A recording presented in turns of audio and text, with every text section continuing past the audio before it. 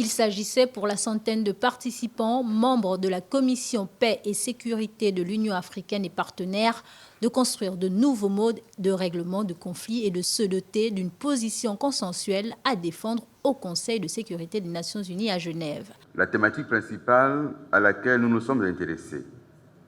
et les différents sous-thèmes qui ont été au cœur de nos échanges nous ont permis de prendre la mesure de la nécessité d'un agir collectif plus déterminant entre tous les États membres de l'Union africaine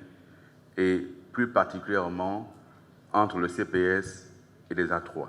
Il revient désormais aux 3 pays africains siégeant au Conseil de sécurité des Nations Unies de défendre au maximum la voix de l'Afrique sur l'échiquier mondial. Il me semble que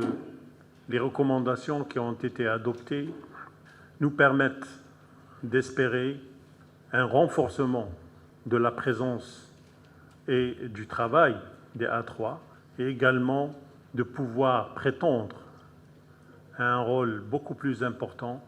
de l'adoption des résolutions du Conseil de sécurité. Le Gabon, pour sa part, est attendu sur un autre pan, l'élection de l'un de ses hauts magistrats au Conseil exécutif de l'Union africaine. Il s'agit de Maître Paulette Oyanondo, qui est avocate et qui a le profil approprié pour ce poste,